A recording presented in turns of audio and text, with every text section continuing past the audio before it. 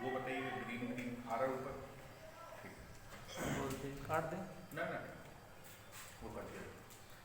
Dear student, my self अनुराग कुमार तिवारी और आप सभी स्टूडेंट का द इंजीनियर के ऑनलाइन पोर्टल पे मैं एक बार फिर से स्वागत करता हूं। हम लोग मीडियम ट्रांसमिशन लाइन के नॉमिनल पाई मॉडल को पढ़ रहे थे और सबसे पहले मैंने आपको नॉमिनल पाई मॉडल का इलेक्ट्रिकल इक्विवेलेंट मॉडल क्या होता है वो बताया। उसके बाद हम लोगों ने नॉमिनल पाई मॉडल के ABCD पैरामीटर क्या किए थे, कैलकुलेट किए थे और नॉमिनल पाई मॉडल का जो A पैरामीटर था वो आपने कैलकुलेट किया था 1 + yz/2।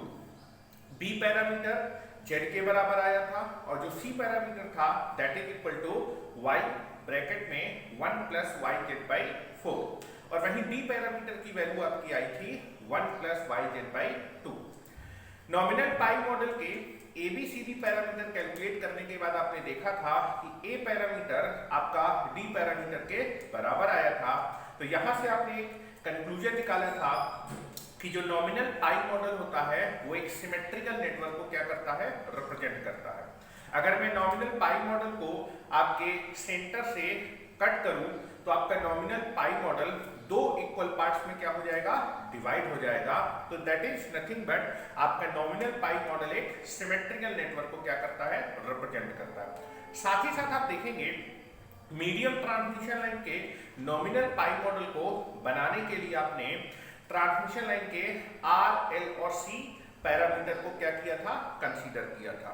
R, L, C आपके पैसिव एलिमेंट को क्या करते हैं, रिप्रेजेंट करते हैं। अगर ये पैसिव एलिमेंट को रिप्रेजेंट करते हैं तो इनसे मिलके जो आपका नेटवर्क बनेगा that is nothing but the passive network will be there. अगर आपका नेटवर्क पैसिव नेटवर्क है तो 100% वो कैसा होगा, रेसिप्रोकल होगा। और ये चीज आपने देखी थी कि जब आपने नॉमिनल पाई मॉडल के ABCD पैरामीटर कैलकुलेट किए थे तो अगर मैं AD - BC की वैल्यू कैलकुलेट करूं नॉमिनल पाई मॉडल में तो ये वैल्यू कितने के बराबर आती थी, 1 के बराबर। तो यहां से आप एक निष्कर्ष निकाल सकते हैं कि जो नॉमिनल पाई मॉडल होता है वो 100% एक रेसिप्रोकल नेटवर्क को भी क्या करता है, रिप्रेजेंट करता है। साथ ही साथ आपने नॉमिनल पाई मॉडल में A पैरामीटर का मैग्नीट्यूड कैलकुलेट किया था और A पैरामीटर का मैग्नीट्यूड आपका 1 से कम आया था जो कि किस रेंज पे था, 0.98 के रेंज के आसपास होता है। ठीक है, उसके बाद हम लोगों ने आपके नॉमिनल पाई मॉडल में no load receiving end voltage को क्या किया था, कैलकुलेट किया था। नॉमिनल पाई मॉडल में जो नो लोड रिसीविंग वोल्टेज था वो कितना था बेटा, mod VS/mod A।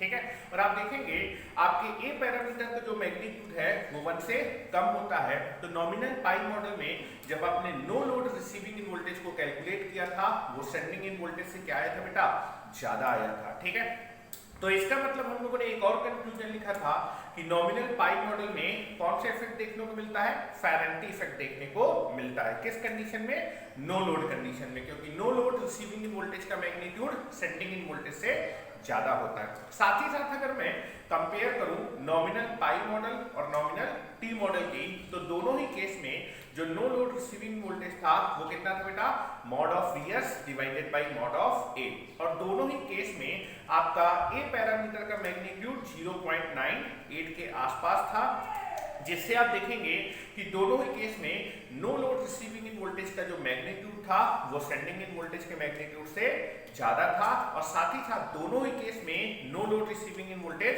कैसा था, सेम था। तो आप बोल सकते हैं कि नॉमिनल पाई मॉडल और नॉमिनल टी मॉडल में जो फेरेंटी इफेक्ट होता है वो क्या करता है, ऑकर करता है। किस कंडीशन में, नो लोड कंडीशन में। और दोनों में ही फेरेंटी इफेक्ट का जो इफेक्ट होता है वो कैसा रहता है, सेम होता है, क्योंकि दोनों ही केस में A पैरामीटर का मैग्नीट्यूड क्या था, सेम। A पैरामीटर का मैग्नीट्यूड दोनों में सेम इसलिए आया था क्योंकि दोनों ही केस में A पैरामीटर क्या आता है, सेम आता है। साथ ही साथ नॉमिनल पाई मॉडल में हम लोगों ने क्या किया था, वोल्टेज रेगुलेशन और ट्रांसमिशन एफिशिएंसी के फार्मूले भी क्या किए थे, कैलकुलेट किए थे। क्योंकि किसी भी ट्रांसमिशन लाइन की परफॉर्मेंस को एनालिसिस करने के लिए हमेशा इन जनरली हम क्या करते हैं, दो परफॉर्मेंस पैरामीटर को कैलकुलेट करते हैं। पहला था वोल्टेज रेगुलेशन, तो वोल्टेज रेगुलेशन का क्या फार्मूला होगा नॉमिनल पाई मॉडल में, उसको भी हमने ड्राइव किया था। साथ ही साथ नॉमिनल पाई मॉडल में आपका ट्रांसमिशन इफिशिएंसी कैलकुलेट करने के लिए हम लोग क्या फार्मूला यूज करते हैं वो भी हम क्या कर चुके थे, ड्राइव कर चुके थे। और लास्ट आर्टिकल था that is the phasor diagram of nominal pi model for a lagging load. तो आप देखेंगे बोर्ड के पीछे मैंने जहां पर आपका टॉपिक खत्म किया था वहीं से टॉपिक को मैं स्टार्ट कर रहा हूं। आपके नॉमिनल पाई मॉडल का मैंने यहाँ पर सर्किट डायग्राम भी बना रखा है और सर्किट डायग्राम से यहाँ पर हम लोगों ने फेजर डायग्राम भी बना रखा था। इसमें एक पॉइंट आपका रह गया था, मैंने आपको बताया था कि मीडियम ट्रांसमिशन लाइन में आपका चार्जिंग करंट फ्लो करता है, क्योंकि आप यहाँ पर कैपेसिटर के इफेक्ट को कंसीडर करते हैं। Due to the charging current आपका जो सेंडिंग इन करंट का मैग्नीट्यूड होता है वो रिसीविंग इन करंट के मैग्नीट्यूड से कम होता है। इस चीज को मैं आपके नॉमिनल टी मॉडल में आपको शो कर चुका हूं। नॉमिनल पाई मॉडल भी आपके मीडियम ट्रांसमिशन लाइन का एक मॉडल है। तो मैंने आपको बताया था क्योंकि इस मॉडल में भी आप क्या करते हैं, नॉमिनल पाई मॉडल में भी आप कैपेसिटी इफेक्ट को कंसीडर करते हैं, जिसकी वजह से नॉमिनल पाई मॉडल में भी कौन सा करंट फ्लो करेगा, चार्जिंग करंट फ्लो करेगा। और due to the charging current हमेशा मीडियम ट्रांसमिशन लाइन में, चाहे आप किसी भी मॉडल को कंसीडर करें, मीडियम ट्रांसमिशन लाइन में सेंडिंग इन करंट का मैग्नीट्यूड रिसीविंग इन करंट के मैग्नीट्यूड से क्या रहने वाला है, कम रहने वाला है। ठीक है, तो फेजर डायग्राम से आप देख सकते हैं ये रिसीविंग इन करंट का फेजर है। और अगर मैं इस फेजर के लेंथ की बात करूं तो ये इसकी जो इस रिसीविंग करंट के फेजर की जो लेंथ होगी वो रिसीविंग करंट के मैग्नीट्यूड को क्या करेगी, रिप्रेजेंट करेगी। ये आपके सेंडिंग इन करंट का फेजर है, इस फेजर की जो लेंथ होगी वो सेंडिंग इन करंट के मैग्नीट्यूड को क्या करने वाली है, रिप्रेजेंट करने वाली है। तो आप देखेंगे फेजर डायग्राम से रिसीविंग इन करंट के जो फेजर है उसकी लेंथ क्या है, ज्यादा है, सेंडिंग इन करंट के फेजर की लेंथ क्या है, कम है। तो आप बोल सकते हैं कि आपके नॉमिनल पाई मॉडल में भी जो सेंडिंग इन करंट का मैग्नीट्यूड होता है वो रिसीविंग इन करंट के मैग्नीट्यूड से क्या होता है, कम होता है। किसकी वजह से कम हुआ बेटा, क्योंकि आप देखेंगे नॉमिनल पाई मॉडल में भी आपने कैपेसिटी इफेक्ट को कंसीडर किया, जिसकी वजह से कौन सा करंट फ्लो करेगा, चार्जिंग करंट फ्लो करेगा। इस चार्जिंग करंट की वजह से आपने half of the capacitance concentrate किया है कहां पर बेटा, रिसीविंग इन में, और half of the capacitor concentrate किया है सेंडिंग इन साइड में। तो आप देखेंगे आपका रिसीविंग इन साइड पे भी चार्जिंग करंट फ्लो करेगा, सेंडिंग इन साइड में भी चार्जिंग करंट फ्लो करेगा। इस चार्जिंग करंट की वजह से जो सेंडिंग इन करंट का मैग्नीट्यूड होता है वो रिसीविंग इन करंट के मैग्नीट्यूड से क्या होता है, छोटा होता है। अगर मैं यहां पर बात करूं, अगर मैं इस कैपेसिटिव इफेक्ट को नेग्लेक्ट कर दूं, अगर कैपेसिटर को बेटा मैं हटा दूंगा तो आप देखेंगे, अगर कैपेसिटिव इफेक्ट को कंसीडर नहीं करूंगा तो आप देखेंगे जो सेंडिंग इन करंट होगा वही ट्रांसमिशन लाइन करंट होगा और वही आपका रिसीविंग करंट होगा। तीनों के तीनों करंट क्या होने वाले हैं, सेम होने वाले हैं। लेकिन आप देखेंगे चूंकि आपका मीडियम ट्रांसमिशन लाइन में कैपेसिटी इफेक्ट क्या किया जाता है, कंसीडर किया जाता है, जिसकी वजह से आपका सेंडिंग इन करंट और रिसीविंग करंट का मैग्नीट्यूड अलग होता है। साथ ही साथ सेंडिंग इन करंट का मैग्नीट्यूड आपका कम होता है किससे, रिसीविंग इन करंट के मैग्नीट्यूड से। तो नोट करके बेटा यहां पर एक पॉइंट हम लोग लिखने वाले हैं, नोट करके, now you can be take it, one point आपका लेफ्ट रह गया था, ठीक है। तो नोट करके लिखेंगे in nominal pi model also, in the nominal pi model also, in the nominal pi model also sending in current magnitude is less than receiving in current magnitude। आपके सेंडिंग इन करंट का magnitude receiving current के magnitude से कम होता है। और किसकी वजह से कम होता है, किसकी वजह से कम हो जाता है बेटा, चार्जिंग करंट की वजह से। Due to the charging current flowing in the medium transmission line the sending end current magnitude is less than receiving current magnitude. Sending end current magnitude is less than in receiving end current magnitude due to the charging current, due to the charging current, ठीक है, charging current. क्योंकि medium transmission line में capacity effect को consider करते हैं, जिसकी वजह से मीडियम ट्रांसमिशन लाइन में चार्जिंग करंट फ्लो करता है, जिसकी वजह से सेंडिंग इन करंट का मैग्नीट्यूड आपके रिसीविंग इन करंट के मैग्नीट्यूड से क्या होता है बेटा, कम होता है। तो यहाँ पर आप देखेंगे हमारा nominal pi model of a medium transmission line की एनालिसिस भी क्या होती है, कंप्लीट होती है। उसके बाद मैंने आपको बताया था ये हम लोग मीडियम ट्रांसमिशन लाइन का नॉमिनल टी मॉडल भी पढ़ चुके हैं बेटा और नॉमिनल पाई मॉडल भी पढ़ चुके हैं। इन दो मॉडल में कौन सा मॉडल ज्यादा अच्छा है और कौन सा मॉडल आपका ज्यादा अच्छा नहीं है, या फिर हम दोनों ही मॉडल में कंपेयर करना चाहते हैं कि अगर मीडियम ट्रांसमिशन लाइन को अगर मैं एनालिसिस करना चाहता हूं तो मैं हमेशा किस मॉडल को बना के एनालिसिस करना मेरे लिए अच्छा होगा, कौन सा मॉडल ज्यादा सुपीरियर होगा या फिर कन्वीनियंट होगा या फिर सरल होगा मीडियम ट्रांसमिशन लाइन के एनालिसिस करने के लिए। तो नेक्स्ट अपना बेटा टॉपिक होने वाला है comparison between the nominal pi model and nominal T model. दोनों ही मॉडल में हम लोग कंपेयर करेंगे और कंपेयर करके देखेंगे कि अगर कभी भी मीडियम ट्रांसमिशन लाइन के एनालिसिस करने हैं तो मैं किस मॉडल को क्या करने वाला हूं, प्रेफर या फिर यूज करने वाला हूं, किस मॉडल को मैं प्रैक्टिकली यूज नहीं करने वाला हूं, ये चीज बेटा हम लोग देखने वाले हैं। ठीक है, तो नेक्स्ट बेटा अपना टॉपिक होने वाला है that is comparison between, next model will be there comparison between nominal T model and nominal pi model.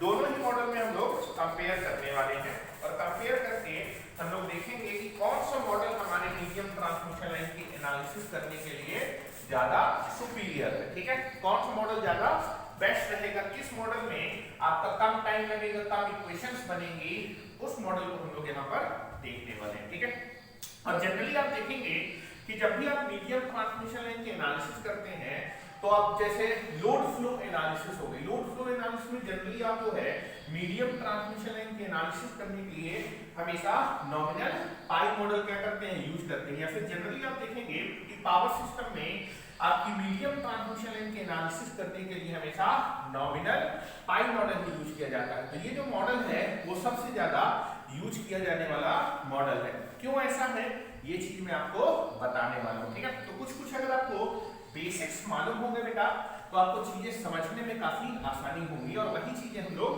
कर रहे हैं। ठीक है, सारी की सारी चीजें समझ के पढ़ रहे हैं जिससे कि हम लोगों को चीजें समझने में और याद करने में आसानी रहे, क्योंकि एग्जामिनेशन में आप देखेंगे डे बाय डे कंपटीशन आपका बढ़ता जा रहा है। ठीक है, और आप कंपटीशन में आपका जो है आप देखेंगे कि चीजें अगर समझ के पढ़ेंगे तो आपको जो है चीजें जल्दी याद हो जाएंगी और आपको ज्यादा दिनों तक याद होने वाली। तो नेक्स्ट बेटा अपना टॉपिक होने वाला है comparison between nominal pi model and nominal T model. ठीक है, तो आपकी हेडिंग बेटा मैं डाल देता हूं।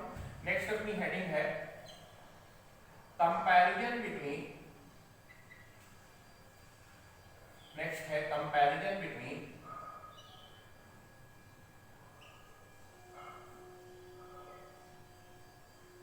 next will be there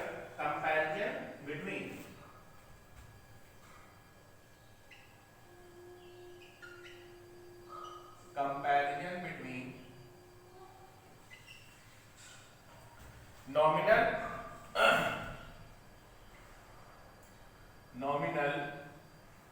pi model and nominal t model and nominal t model of a medium transmission line, of a medium transmission line. ठीक है, तो now this is the heading will be, और ये last article है बेटा आपका nominal पाई और nominal T model. ठीक है, तो आप देखेंगे जब भी आपके पास केवल बोला जाए कि मीडियम ट्रांसमिशन लाइन की एनालिसिस करने और ये नहीं पता कि कौन सा मॉडल आपको बनाना है, तो हम लोग देखना चाहते हैं कि कौन सा मॉडल ज्यादा कन्वीनियंट पड़ेगा या फिर आपको एनालिसिस करने के लिए कौन सा मॉडल प्रैक्टिकली हम यूज करते हैं उसको देखने वाले हैं। पाई यूज करेंगे कि टी यूज करेंगे। ठीक है, तो दोनों को कंपेयर करने के लिए मैं अपने बोर्ड को दो इक्वल पार्ट में डिवाइड कर लेता हूं और फिर मैं बारी बारी से आपको चीजें बताने वाला हूं। एक साइड में लिखने वाला हूं nominal pi model, that is एक साइड लिख लेते हैं नॉमिनल पाई मॉडल, और एक जगह बेटा लिख लेते हैं that is nominal T model. ठीक है, इस साइड में लिख लेता हूं nominal T model, nominal T model of a medium transmission line, nominal T model. यहां पर है आपका nominal pi model of a medium transmission line. ठीक है, चलिए पहले तो बेटा दोनों का सर्किट डायग्राम बना लेते हैं जिससे आपको मुझे समझाने में आसानी रहे। तो आप देखेंगे नॉमिनल पाई मॉडल में जो लाइन का टोटल कैपेसिटेंस होता है, ट्रांसमिशन लाइन के टोटल कैपेसिटेंस को आप दो इक्वल पार्ट में डिस्ट्रीब्यूट करते हैं। Half of the total capacitance is concentrated on the sending end side and half of the total capacitance of the transmission line is concentrated on the receiving end side. और line का जो total resistance और total inductance होता है that is concentrated on the centre of the transmission line. तो आप देखेंगे nominal pi model में, नॉमिनल पाई मॉडल में जो लाइन का टोटल कैपेसिटेंस होता है उसका हाफ ऑफ द कैपेसिटेंस आप कंसंट्रेट करते हैं बेटा सेंडिंग एंड साइड में, और बेटा half of the capacitance of the transmission line is concentrated on the receiving end side. और लाइन के बेटा total resistance and total inductance of the transmission line is concentrated on the center of the transmission line. That is, this is the electrical equivalent model of your nominal pi model.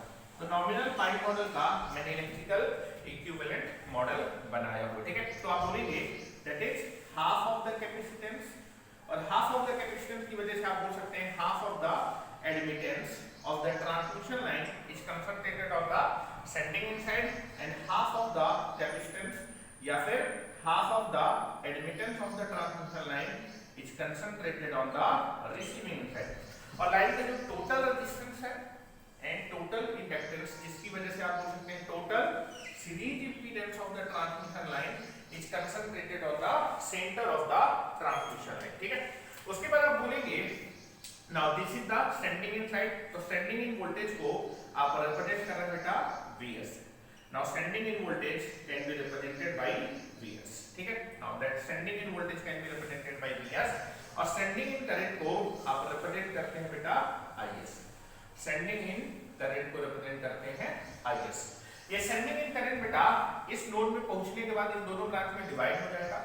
कुछ current capacitor से पास कर जाएगा, और जो current capacitor से पास करेगा वो capacitor को चार्ज करेगा। क्योंकि कैपेसिटर सेंडिंग इन पे कंसंट्रेट है तो इसको बोलते हैं बेटा सेंडिंग इन चार्जिंग करंट, और जो करंट रजिस्टर इंडक्टर से पास करेगा उसको बोलते हैं ट्रांसमिशन लाइन करंट। क्योंकि आपके ये जो है रजिस्टर इंडक्टर किसके किसके बीच का लिंक है, सेंडिंग इन और रिसीविंग इन। तो रजिस्टर इंडक्टर से जो करंट पास करता है उसको बोलते हैं नॉमिनल पाई मॉडल में that is transmission line current. ठीक है, उसके बाद आप देखेंगे जो ट्रांसमिशन लाइन करंट है वो फ्लो करता करता इस नोड पे आएगा।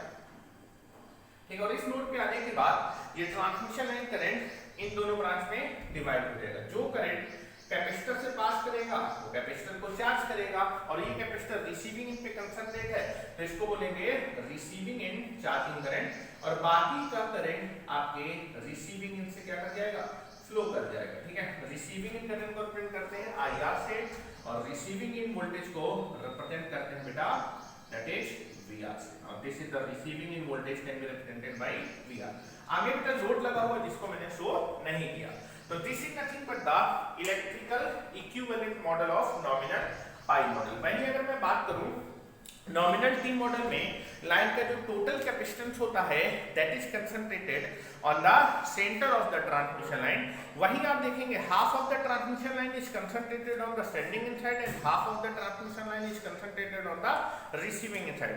तो आप देखेंगे half of the line is concentrated sending end side, मतलब लाइन का जो है जो हाफ ऑफ द रेजिस्टेंस और half of the inductance is concentrated on the sending end side and half of the resistance and half of the inductance of the transmission line is concentrated on the receiving side. तो अगर यहाँ पर जो है मैं बात करूं nominal T model में, तो नॉमिनल टी मॉडल में आप देखेंगे कि लाइन के टोटल रेजिस्टेंस का half of the resistance and half of the inductance of the transmission line is concentrated on the sending end side, और वहीं पर half of the resistance and half of the inductance of the transmission line is concentrated on the receiving end side.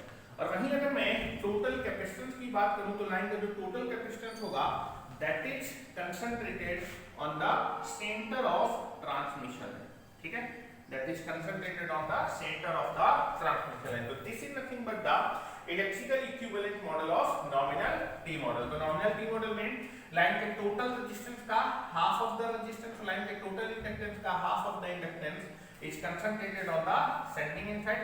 Half of the resistance and half of the inductance की वजह से आप बोल सकते हैं that is half of the total series impedance is concentrated on the sending end side, and half of the resistance and half of the inductance of the transmission line is concentrated on the receiving end side. Half of the resistance and half of the inductance की वजह से आप बोल सकते हैं that is half of the total impedance is concentrated on the receiving end side. और बेटा line का जो total capacitance होगा, total capacitance की वजह से आप बोल सकते हैं लाइन का total admittance, shunt admittance is concentrated on the centre of the transmission line, ठीक है। Now you can be take it here, यहां पर आप सेंडिंग इन वोल्टेज को रिप्रेजेंट करेंगे Vs से। Sending end voltage can be represented by Vs। Now that is sending end voltage can be represented by Vs, polarity is plus minus. Sending end current can be represented by IS, sending end current can be represented by IS। Sending end current यहां तक flow करके आएगा, इस node में flow करके आएगा, और sending end current जब इस नोड में फ्लो करके आएगा और इन दोनों ब्रांच में डिवाइड होगा। कुछ करंट कैपेसिटर से पास करेगा, जो करंट कैपेसिटर से पास करेगा उसको बोलते हैं चार्जिंग करंट, ठीक है, और बाकी का करंट आपका रिसीविंग इन पे क्या कर जाएगा, फ्लो कर जाएगा। रिसीविंग इन करंट को रिप्रेजेंट करते हैं IS से। Now this is nothing but the receiving end current can be represented by IS। Receiving end voltage को बेटा रिप्रेजेंट करते हैं VR से। Receiving end voltage can be represented bye VR। Receiving end voltage can be represented bye VR, ठीक है। वहीं पर आप देखेंगे कैपेसिटर से जब चार्जिंग करंट पास करेगा तो कैपेसिटर क्या होगा, चार्ज होगा, मतलब कैपेसिटर के क्रॉस वोल्टेज डेवलप होगा। कैपेसिटर के वोल्टेज को आप रिप्रेजेंट कर रहे हैं VC से। Now capacitor voltage can be represented by VC। Now capacitor voltage can be represented by VC, या फिर आप इसको ऐसे शो कर सकते हैं कैपेसिटर के क्रॉस जो वोल्टेज है that can be represented by VC, ठीक है, that capacitor voltage can be represented by VC will be there. तो this is nothing but the electrical equivalent model of nominal T model, ठीक है। तो दोनों के मैंने नॉमिनल T मॉडल और नॉमिनल पाई मॉडल दोनों के मैंने इलेक्ट्रिकल इक्विवेलेंट मॉडल बना रखे हैं। अब यहाँ पर थोड़ा सा ध्यान से सुनेंगे। पहली चीज हम देखेंगे कि किसी भी आप जो है मॉडल की एनालिसिस करने, किसी भी ट्रांसमिशन लाइन की एनालिसिस करने के लिए जनरली आप क्या करते हैं, दो इलेक्ट्रिकल पैरामीटर्स को कैलकुलेट करते हैं, ठीक है। किसी भी ट्रांसमिशन लाइन की एनालिसिस या फिर परफॉर्मेंस को एनालिसिस करने के लिए, किसी भी ट्रांसमिशन लाइन की परफॉर्मेंस को एनालिसिस करने के लिए मैं हमेशा दो पैरामीटर क्या करता हूं, कैलकुलेट करता हूं। एक होता है वोल्टेज रेगुलेशन और दूसरा होता है ट्रांसमिशन एफिशिएंसी, ठीक है। अब जरा हम देखते हैं कि अगर मुझे किसी भी ट्रांसमिशन लाइन की एफिशिएंसी निकालनी है तो मुझे क्या क्या चीजें कैलकुलेट करनी पड़ेगी, ठीक है। तो यहां मैं लिख देता हूं ये ट्रांसमिशन एफिशिएंसी क्या होगी बेटा, transmission efficiency that is nothing but equal to output active power divided by input active power, divided by input active power. आप देखेंगे जनरली जो है ट्रांसमिशन लाइन में आउटपुट एक्टिव पावर क्या होगी बेटा, receiving end power. This is nothing but the receiving power is nothing but the output active power.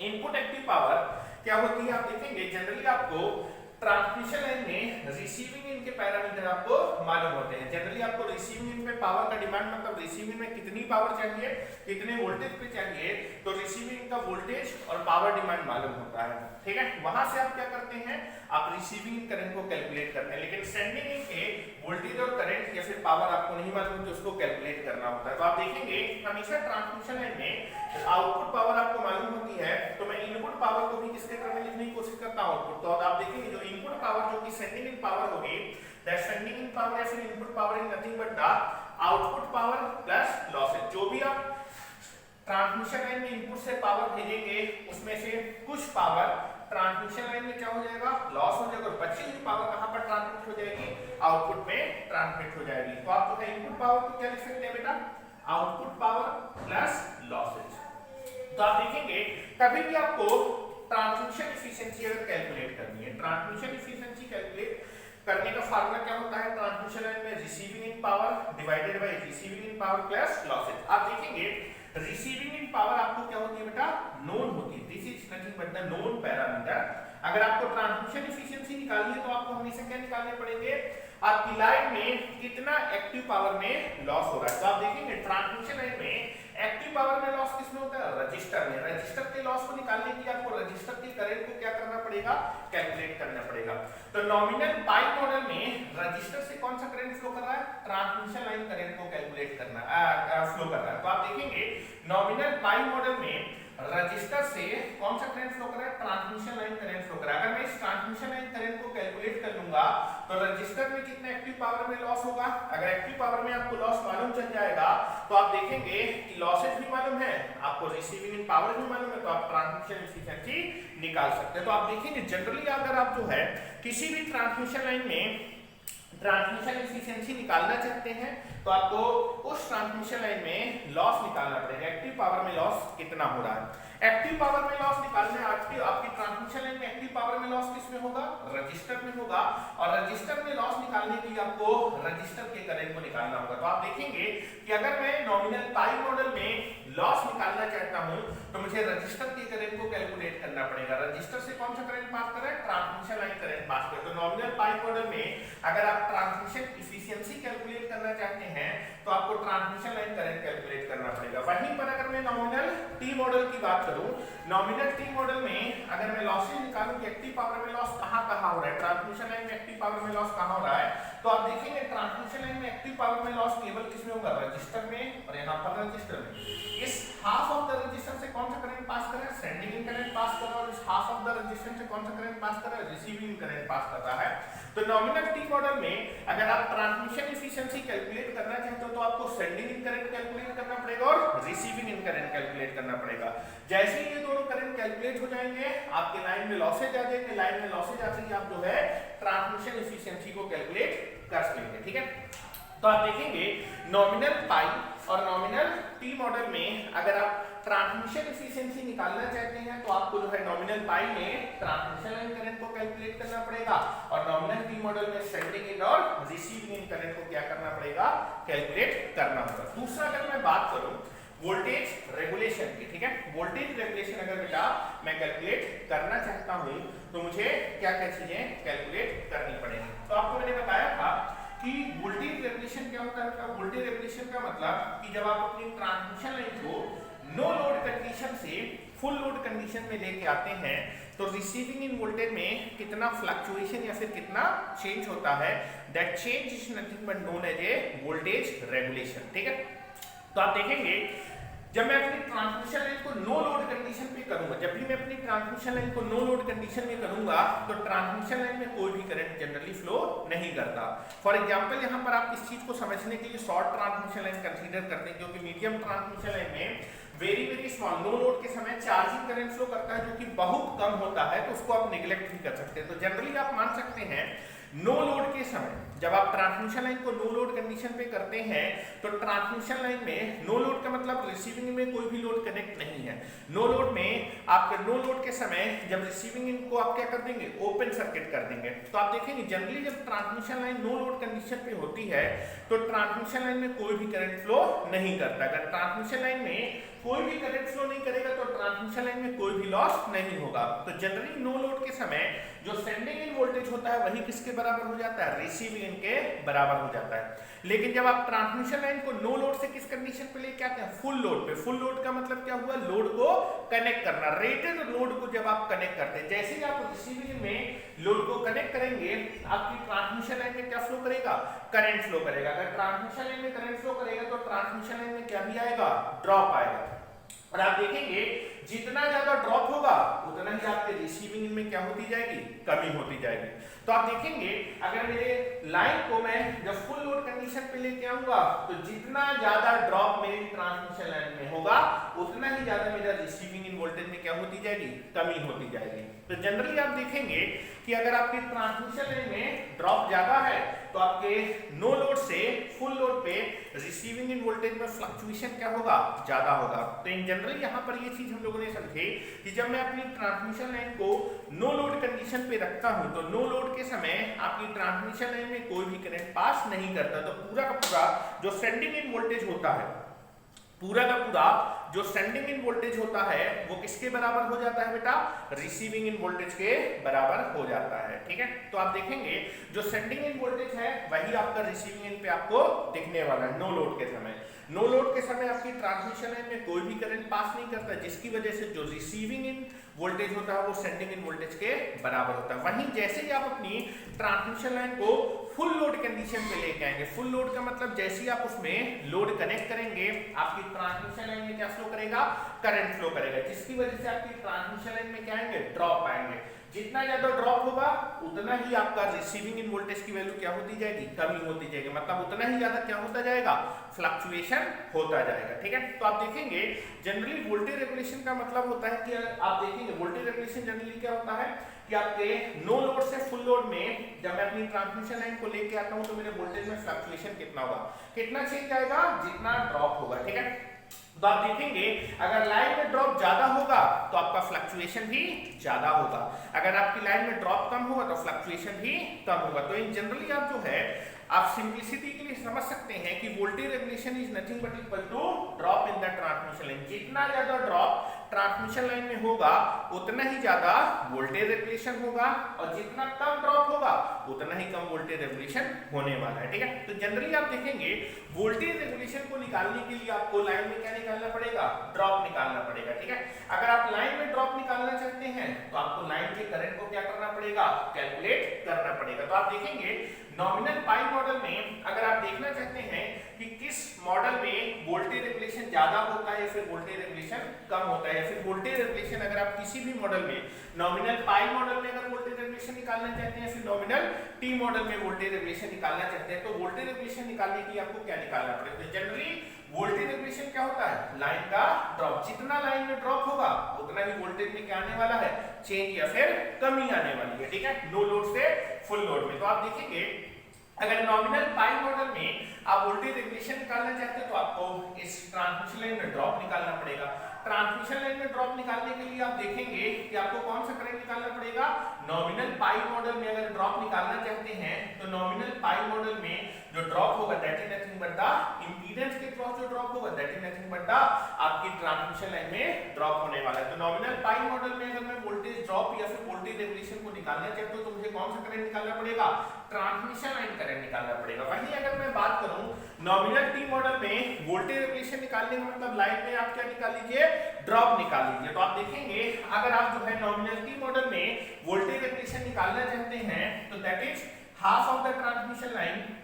आप देखेंगे नॉमिनल टी मॉडल में half of the impedance is concentrated on the sending end side और half of the impedance of the transmission line is concentrated on the receiving in side. तो line में total कितना drop होगा, आप देखेंगे इस sending end side पे जो आपका इंपीडेंस कंसंट्रेट है उसका drop plus receiving end side पे जो आपका इंपीडेंस कंसंट्रेट है प्लस उसका ड्रॉप, तो टोटल ड्रॉप क्या होगा, this drop plus this drop. इस इंपीडेंस के क्रॉस अगर ड्रॉप को निकालना है तो आपको क्या निकालना पड़ेगा, सेंडिंग इन करंट निकालना पड़ेगा, और अगर इस इंपीडेंस के क्रॉस ड्रॉप निकालना है तो आपको कौन सा करंट निकालना पड़ेगा, रिसीविंग इन करंट निकालना पड़ेगा। अगर आपको सेंडिंग इन करंट मालूम है तो आप इस इंपीडेंस के ड्रॉप को निकाल सकते हैं, रिसीविंग इन करंट मालूम है तो इस इंपीडेंस के ड्रॉप को निकाल सकते हैं, और अगर ये दोनों ड्रॉप आपको मालूम चल जाएंगे तो आप लाइन के टोटल ड्रॉप को क्या कर सकते हैं, कैलकुलेट कर सकते हैं। टोटल ड्रॉप कितना होगा, this drop plus this drop. तो नॉमिनल पाई मॉडल में वोल्टेज रेगुलेशन को, नॉमिनल टी मॉडल में वोल्टेज रेगुलेशन को निकालने के लिए आपको फिर से दो करंट की रिक्वायरमेंट होगी, सेंडिंग इन करंट और रिसीविंग इन करंट। जैसे ही आपको सेंडिंग इन और रिसीविंग इन करंट आपको मालूम चल जाएगा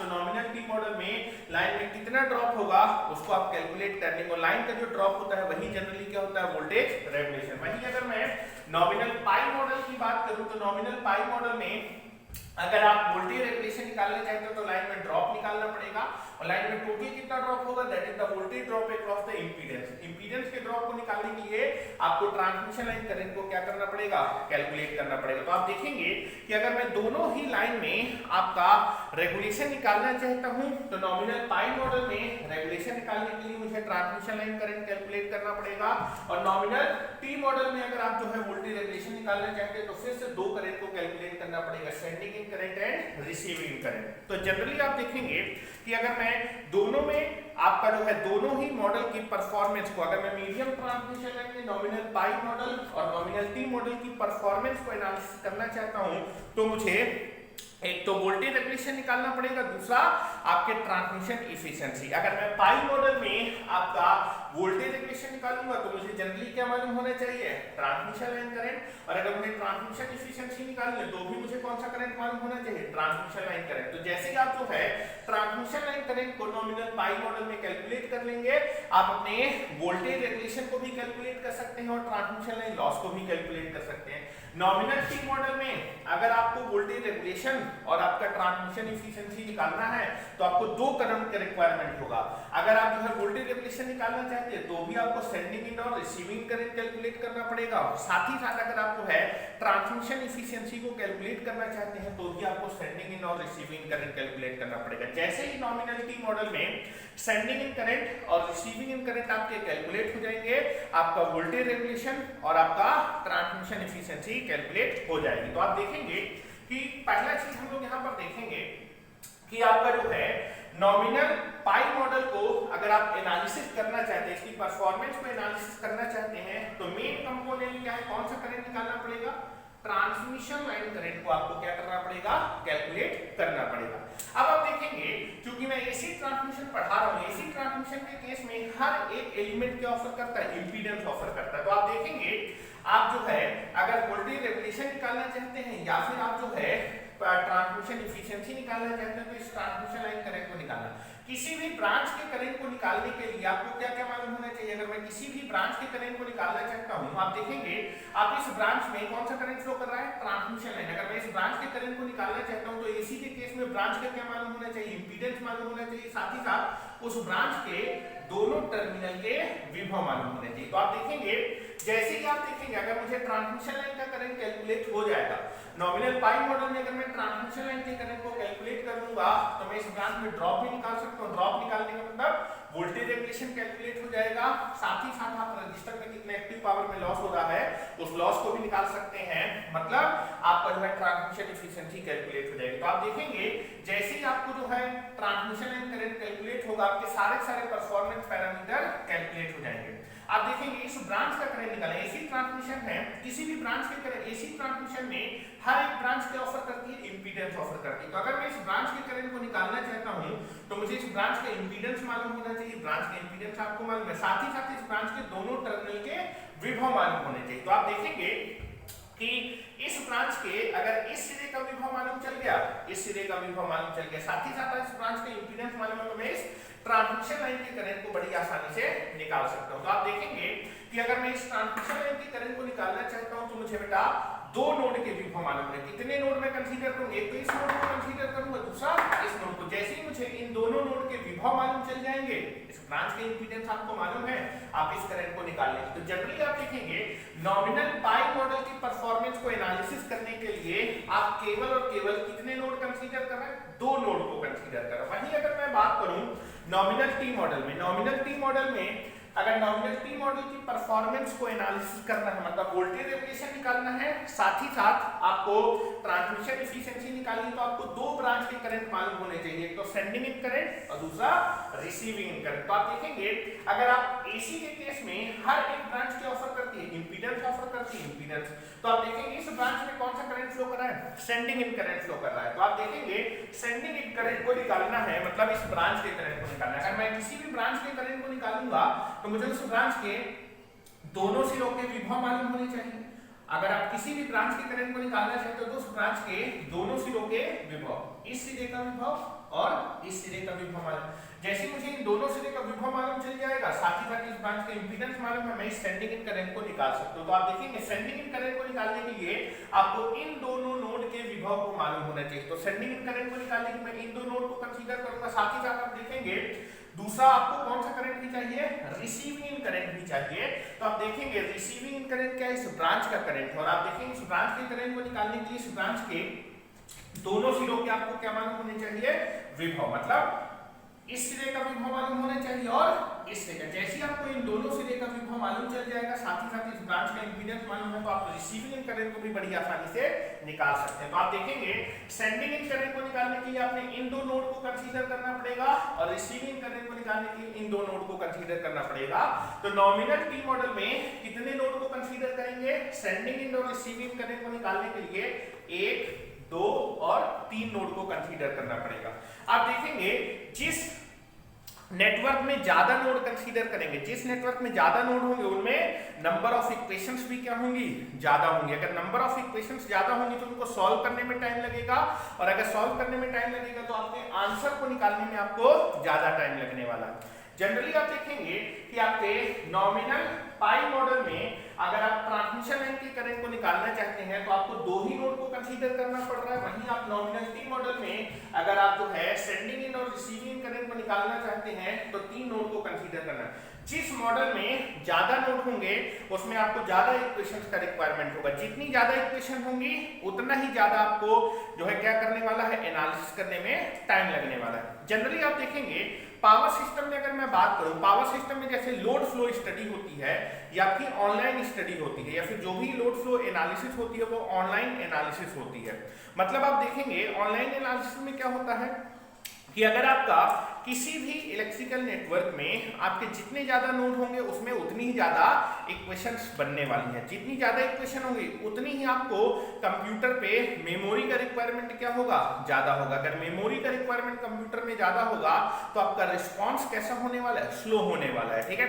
वहीं आप देखेंगे कि जिस इलेक्ट्रिकल नेटवर्क में, जिस पावर सिस्टम नेटवर्क में नंबर ऑफ नोड्स कम होंगे वहां पर नंबर ऑफ इक्वेशंस कम होंगी। अगर नंबर ऑफ इक्वेशंस कम होंगी तो मेमोरी का रिक्वायरमेंट क्या होगा, कम होगा। अगर मेमोरी का रिक्वायरमेंट कम होगा तो आपकी जो रिस्पांस होगा कंप्यूटर का वो कैसा होगा, फास्ट होगा। अगर आपका रिस्पांस फास्ट होगा तो उतनी ही जल्दी आप अपने ऑपरेशन को क्या कर सकते हैं, कर सकते हैं, ठीक है। तो जनरली आप देखेंगे कि वही नेटवर्क पावर सिस्टम में ज्यादा आपका जो है यूजफुल होता है जिसमें नंबर ऑफ इक्वेशंस क्या होंगी, कम होंगी। नंबर ऑफ इक्वेशंस किस नेटवर्क में कम होगी, जिसमें नंबर ऑफ नोड्स आप क्या करेंगे, कम कंसीडर करेंगे। तो आप देखेंगे कि अगर मैं नॉमिनल पाई मॉडल की बात करूं तो नॉमिनल पाई मॉडल में एनालिसिस को करने के लिए, नॉमिनल पाई मॉडल की एनालिसिस करने के लिए केवल आपको एक ही करंट का रिक्वायरमेंट है, और इस ट्रांसमिशन लाइन के करंट को निकालने के लिए आपको 2 ही नोड कंसीडर करेंगे। तो यहाँ पर नंबर ऑफ नोड्स कितने कंसीडर करने हैं एनालिसिस के लिए, 2 नोड। अगर इन दोनों नोड का पोटेंशियल आपको मालूम चल जाएगा तो ट्रांसमिशन लाइन का करंट आ जाएगा। वहीं पर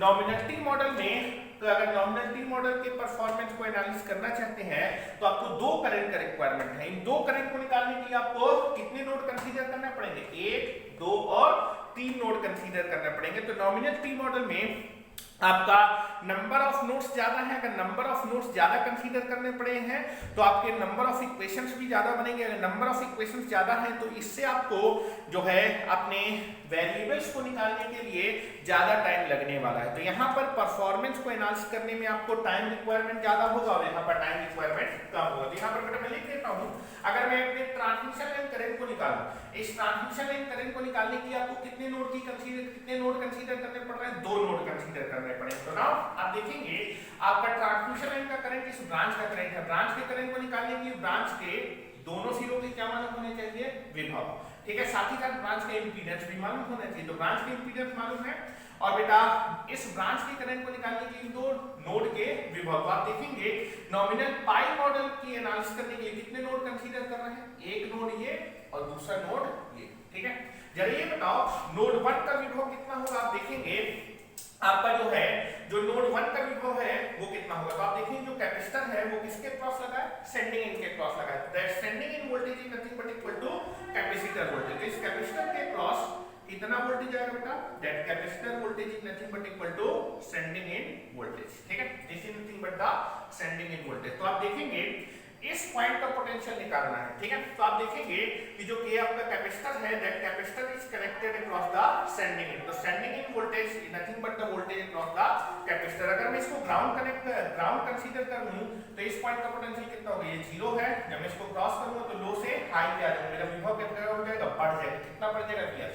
तो नोड 1 का पोटेंशियल कितना होगा बेटा, Vs। This is nothing but the Vs, ठीक है। अब वहीं पर मैं बात करूं नोड 2 का विभव निकालना है, तो नोड 2 आप देखेंगे ये जो कैपेसिटर वो किसके क्रॉस कनेक्ट है, रिसीविंग इन पे कनेक्ट है, रिसीविंग के क्रॉस कनेक्ट है। तो receiving end voltage is nothing but the voltage across the capacitor, this is nothing but the Vr।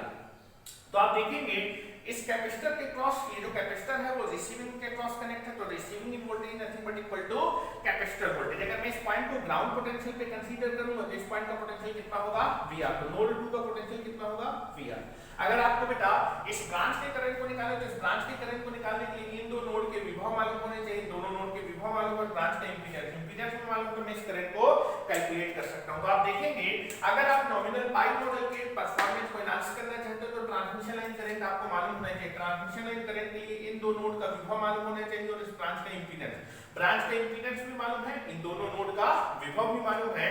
Current की डायरेक्शन के हिसाब से ये हायर पोटेंशियल होगा, ये लोअर पोटेंशियल होगा। बेटा आप क्या लिखने वाले बेटा, higher potential minus lower potential divided by impedance that is equal to current. तो आपका जो है जो ट्रांसमिशन लाइन करंट है IPL, दैट इज करंट की डायरेक्शन के, this is higher potential, this is lower potential. तो higher potential minus lower potential divided by impedance that is equal to current. तो ट्रांसमिशन लाइन बेटा current क्या होने वाला है, sending end voltage minus receiving end voltage divided by total impedance, where Z किसको represent कर रहा है बेटा, ट्रांसमिशन लाइन के टोटल इंपीडेंस और उसकी वैल्यू कितनी होगी, R प्लस jX, ठीक है। तो आप देखेंगे कि यहां पर आप जो है ट्रांसमिशन लाइन के करंट को निकालने के लिए कितने नोड की जरूरत पड़ रही है बेटा, 2 नोड की जरूरत पड़ रही है, ठीक है। There is only 2 node consider, और इन दोनों नोड को कंसीडर करके ट्रांसमिशन लाइन करंट निकालने और ट्रांसमिशन लाइन करंट आते ही आप जो है ब्रांच में ड्रॉप निकालेंगे तो वोल्टेज रेगुलेशन निकल आएगा, साथ ही साथ रजिस्टर के लॉस को भी निकाल सकते हैं, तो ट्रांसमिशन एफिशिएंसी भी कैलकुलेट होगी। वहीं पर अगर मैं नॉमिनल टी मॉडल की बात करूं तो नॉमिनल टी मॉडल के परफॉर्मेंस को एनालिसिस करने के लिए आपको सेंडिंग इन करंट चाहिए और receiving end current. Sending end current निकालने के लिए आप देखेंगे इस ब्रांच का करंट, इस ब्रांच के करंट को निकालने के लिए इस ब्रांच के दोनों सिरों के विभव मालूम होने चाहिए, इस रे का विभव भी मालूम होना चाहिए और इस रे का विभव मालूम होना चाहिए। साथ ही साथ आपको इस ब्रांच के इंपीडेंस मालूम, तो जैसे मुझे इन दोनों नोड के पोटेंशियल मालूम चल जाएगा, ब्रांच के इंपीडेंस मालूम, तो ये करंट आ जाएगा। तो नाउ आप देखेंगे सेंडिंग इन करंट निकालने के लिए आपको एक नोड इस नोड के जरूरत पड़ेगी और दूसरा इस नोड की जरूरत पड़ने वाली है। तो सेंडिंग इन करंट को निकालने के लिए आपको नोड 1 और नोड 2 के पोटेंशियल निकालने पड़ेंगे, 2 नोड को कंसीडर करना पड़ेगा। वहीं पर आप देखेंगे रिसीविंग करंट इस ब्रांच का करंट है, इस ब्रांच के करंट को निकालने के लिए आप देखेंगे इस ब्रांच के करंट को निकालने के लिए आपको इस नोड किसी भी ब्रांच के करंट को निकालने के ब्रांच के दोनों टर्मिनल के विभव मालूम होने चाहिए। तो अगर मैं रिसीविंग करंट को निकालना चाहता हूं तो मुझे इन दो नोड के विभव मालूम होने चाहिए, साथ ही साथ ब्रांच के इंपीडेंस मालूम है, इंपीडेंस मालूम है, आपको इन दोनों नोड के विभव निकालने पड़ेंगे। तो रिसीविंग करंट निकालने के लिए आपको इस नोड और इस नोड का विभव निकालना, मतलब इन दो नोड को कंसीडर करना पड़ेगा। This is the node 2 and this is the node 3। तो आप देखेंगे कि अगर यहां पर आप जो है नॉमिनल टी मॉडल की परफॉर्मेंस को एनालिसिस करना चाहते हैं तो सेंडिंग और रिसीविंग करंट चाहिए। सेंडिंग इन करंट के लिए नोड 1 और नोड 2 का पोटेंशियल चाहिए, रिसीविंग करंट के लिए नोड 2 और नोड 3 का पोटेंशियल चाहिए। तो आप देखेंगे कि सेंडिंग इन और रिसीविंग करंट को निकालने के लिए नॉमिनल टी मॉडल पे आपको कितने नोड कंसीडर करने पड़ेंगे, 3 नोड कंसीडर करने पड़ेंगे। चलो मैं करंट निकालूंगा, तो नंबर ऑफ नोड्स अगर ज्यादा होंगे तो नंबर ऑफ इक्वेशंस भी क्या होंगी, ज्यादा होंगी। यहां पर नंबर ऑफ नोड्स क्या थे, 2 थे, इतनी इक्वेशन आई 1। तो आप देखेंगे 2 नोड है 1 इक्वेशन, और यहां पर आपके पास 2 करंट को निकालने के लिए 2 इक्वेशन। तो नंबर ऑफ नोड्स क्या है, 3 नोड है, तो कितनी इक्वेशन आ रही है बेटा, 2 इक्वेशन आने वाली है, ठीक है। तो जनरली आप देखेंगे जिस आपके मॉडल में जितने ज्यादा नोड होंगे उनमें नंबर ऑफ इक्वेशंस क्या होंगी, ज्यादा होंगी। नंबर ऑफ इक्वेशंस ज्यादा होंगी तो आपको सॉल्व करने में भी ज्यादा टाइम लगेगा, टाइम ज्यादा लगेगा तो परफॉर्मेंस को एनालिसिस करने में ज्यादा टाइम लगेगा, मतलब वो मॉडल आपका ज्यादा कन्वीनियंट या फिर ज्यादा यूज होने वाला नहीं है, ठीक है। तो आप देखेंगे सेंडिंग इन करंट क्या होगा, सेंडिंग इन करंट को मुझे निकालना है। सेंडिंग इन करंट निकालने के लिए आपको इन दोनों पॉइंट के विभव निकालने पड़ेंगे। तो आप देखेंगे इस पॉइंट का विभव कितना होगा, ये Vs है, इसको ग्राउंड मान लीजिए, ये Vs है, तो इस पॉइंट आपको इस दोनों पॉइंट के बीच कितना पोटेंशियल लगा है, Vs। तो आप देखेंगे मुझे इस नोड का विभव निकालना है, तो इस आप देखेंगे इन दोनों पॉइंट के क्रॉस कितना वोल्टेज है, Vs के बराबर है। तो अगर मैं इस पॉइंट को ग्राउंड पोटेंशियल पे मान लूंगा तो इस पॉइंट का विभव कितना होगा, Vs, दैट इज ना स्टैंडिंग इन वोल्टेज के बराबर। आप देखेंगे कैपेसिटर के क्रॉस कितना वोल्टेज माना है, दैट इज Vc। कैपेसिटर के वोल्टेज को मैंने Vc माना है। तो आप देखेंगे नोड 2 का पोटेंशियल निकालना है। तो अगर मैं इसको ग्राउंड पोटेंशियल कंसीडर करूंगा, किसी भी पॉइंट का पोटेंशियल किसके रिस्पेक्ट में बताते हैं, ग्राउंड। तो आप देखेंगे अगर मैं इसको ग्राउंड पोटेंशियल कंसीडर करूंगा तो इस पॉइंट का पोटेंशियल कितना हो जाएगा बेटा, Vc के बराबर। तो नोड 2 का पोटेंशियल कितना होगा बेटा, Vc। और वहीं पर आप देखेंगे आपके रिसीविंग वोल्टेज को आपने किससे रिप्रेजेंट किया, Vr से। तो किसी भी पॉइंट का पोटेंशियल निकालते हैं किसके रिस्पेक्ट में, ग्राउंड। तो अगर मैं इसको ग्राउंड कंसीडर करूंगा तो नोड 3 का पोटेंशियल कितना हो जाएगा, Vr, ठीक है। तो आप देखेंगे नॉमिनल टी मॉडल में आपको 3 नोड को कंसीडर करना पड़ा है। तो सेंडिंग करंट अगर आप निकालेंगे तो आप देखेंगे इस ब्रांच के करंट को निकालिए, इस ब्रांच के दोनों सिरों के विभव मालूम होने चाहिए, वो दोनों सिरों के विभव मालूम, ब्रांच का इंपीडेंस मालूम है, करंट निकाल सकते हैं। करंट की डायरेक्शन के हिसाब से this is higher potential, this is lower potential. तो क्या है बेटा, करंट की डायरेक्शन के हिसाब से this is higher potential minus lower potential divided by impedance that is equal to current. तो sending end current is nothing but equal to sending end voltage minus capacitor voltage divided by Z/2, ठीक है। तो now this is the equation number 1। Now this is the equation number, ठीक है। Now receiving current कैसे निकालेंगे, किसी भी branch के करंट को निकालने उस ब्रांच के दोनों सिरों के विभव मालूम होने चाहिए, साथ ही साथ ब्रांच का इंपीडेंस मालूम होने चाहिए। दोनों सिरों को विभव भी मालूम है, इंपीडेंस मालूम है, करंट निकाल सकते हैं। डायरेक्शन के हिसाब से this is higher potential, this is lower potential. लिखेंगे higher potential minus lower potential divided by impedance that is equal to current. So this is nothing but the receiving in current. This is the equation number 2. तो आप देखेंगे कि nominal T model में 2 equation बनानी पड़ रही है performance को एनालिसिस करने के लिए, और नॉमिनल पाई मॉडल में 1 इक्वेशन। तो कौन से मॉडल में आपको जो है वेरिएबल जल्दी कैलकुलेट हो जाएंगे, जिसमें नंबर ऑफ इक्वेशंस कम होंगी, वहां पर आपका सॉल्यूशन जल्दी आ जाएगा। जहां पर नंबर ऑफ इक्वेशंस ज्यादा होंगी वहां पर आपको वेरिएबल्स की वैल्यू निकालने में टाइम लगने वाला है, ठीक है। तो आप देखेंगे कि अगर मैं बात करूं यहां पर जहां पर नंबर ऑफ नोड्स कम होंगे वहां पर वेरिएबल जल्दी कैलकुलेट हो जाएंगे, परफॉर्मेंस को भी आप जल्दी कैलकुलेट कर सकते हैं। तो आप देखेंगे कि नॉमिनल पाई मॉडल में केवल कितने नोड कंसीडर कर रहे हैं, 2 नोड। वहीं नॉमिनल टी मॉडल में परफॉर्मेंस को एनालाइज करने के लिए 3 नोड को कंसीडर करना पड़ेगा। तो पहला बेटा मैं यहां पर पॉइंट लिखने वाला हूं, for the performance analysis of nominal pi model, for the performance analysis of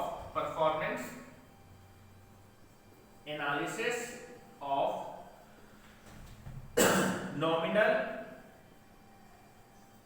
pi model, for the performance analysis of nominal pi model, we are only consider 2 nodes. We are only considered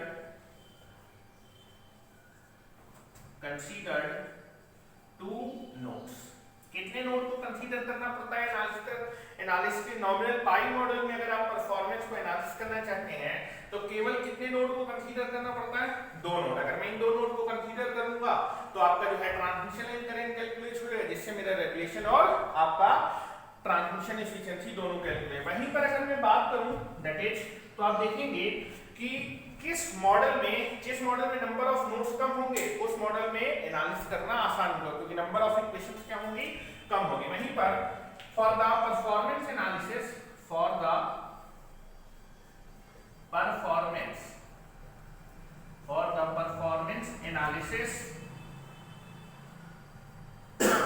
the performance analysis of nominal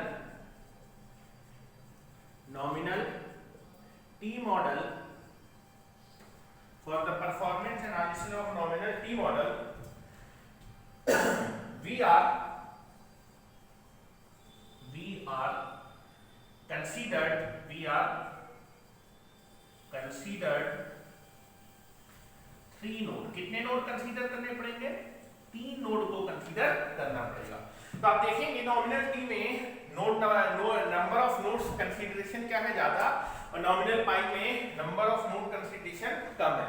तो nominal pi model analysis purpose के लिए आसान होगा, क्योंकि यहाँ पर number of equations आपको कम बनानी पड़ेगी और यहाँ पर नंबर ऑफ इक्वेशंस ज्यादा बनानी पड़ेगी, क्योंकि आपके पास नंबर ऑफ नोड का कंसीडरेशन यहाँ पर ज्यादा है। ठीक है, अब हम लोग दूसरे जो है, तो पहला पॉइंट आप देखेंगे कि नॉमिनल पाई मॉडल में नंबर ऑफ नोड्स कम है तो नंबर ऑफ इक्वेशंस कम होंगी। नॉमिनल टी मॉडल में नंबर ऑफ नोड्स ज्यादा है तो आपको नंबर ऑफ इक्वेशंस क्या करनी पड़ेगी? ज्यादा कंसीडर करनी पड़ेगी। उसके बाद हम लोग देखेंगे कि आप देखेंगे कई बार क्या होता है कि आपको जो है ट्रांसमिशन लाइन में रिसीविंग एंड या फिर सेंडिंग एंड का पावर फैक्टर काफी कम होता है। तो आप जनरली क्या करते हैं, आप हमेशा रिसीविंग एंड और सेंडिंग एंड के पावर फैक्टर को क्या करते हैं? इंप्रूव करने की कोशिश करते हैं, बढ़ाने की। जितना अच्छा पावर फैक्टर होगा उतना ही ज्यादा आपको क्या मिलने वाला है? एडवांटेज मिलने वाला है। इस चीज को हम लोग थोड़ा सा देख लेते हैं। ठीक है, तो दूसरा हम लोग जो है कंपैरिजन करते हैं कि कई बार आपको